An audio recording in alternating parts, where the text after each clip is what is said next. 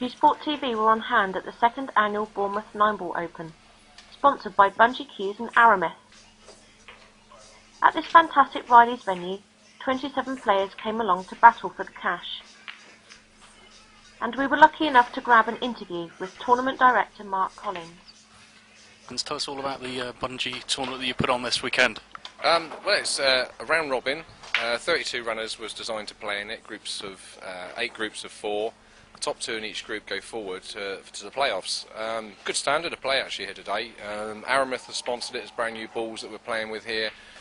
It's turned out to be quite a good event.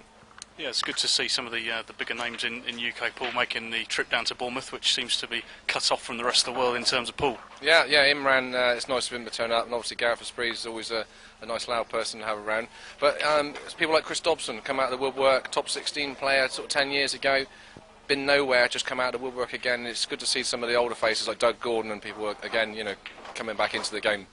I was talking to Chris Dobson earlier, said this is the first tournament he's played in 6 years. He has, yeah. I'll tell you what, a world of knowledge. Whether he can cue, whether he wins, whether he loses, he's got an absolute world of knowledge, yeah. And you've not been faring so well yourself recently, have you? Yeah, no, I'm old school. There's old school and old school. No, I've not been playing well. You can't, as you know, run an event and play well in it. It just doesn't go hand in hand. I was up till 3:30 last night running these tickets out to get the draw, and there's a lot goes in behind the scenes, isn't there? So what are you planning on doing with the bungee cues and this tournament in the future? Are you planning to run it every year, or is it just as and when? Yeah, well, we're looking now to go for 2 events a year.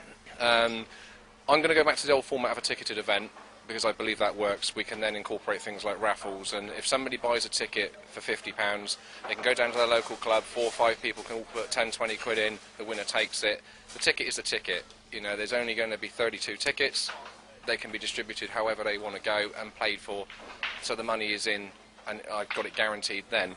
From then, I've got Aramith, that's a big sponsor for us. They're behind this event, and they have been ever since we've been running in the bungee one. So Bungee and Aramith together, I think it's a winning formula. Are you looking to add prize money in the future? I know you did last year. You added a bit of money to guarantee the £1,000. Yeah, well, that's back to the tickets. As soon as you go to a ticketed event, I can guarantee prize money. Then I can add a lot more to it. There's stuff added today, there's sets of balls to people, that 140 quid sets of balls going out to people that, that are getting in the last 8, which would have only had a 40 quid place. So, they're getting a deal there as well.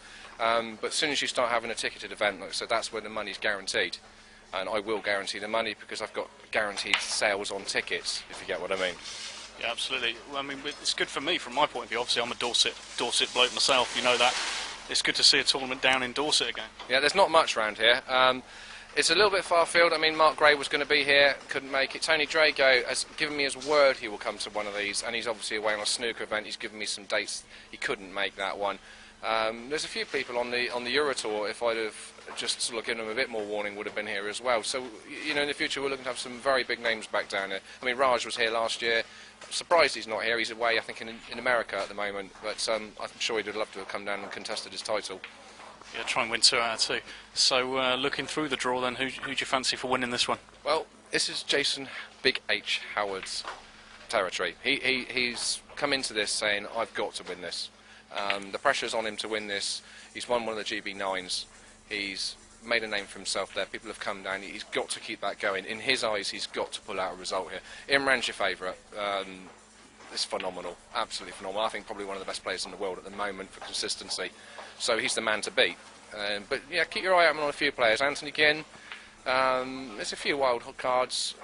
Gary Thompson can do well, but he's got a tough draw straight off with Anthony Ginn. People like that you've got to watch. But Jason Howard, certainly keep your eye on for. Thanks very much, Ty. Thanks for chatting to us, and we'll speak to you again soon. No problems. Thank you very much.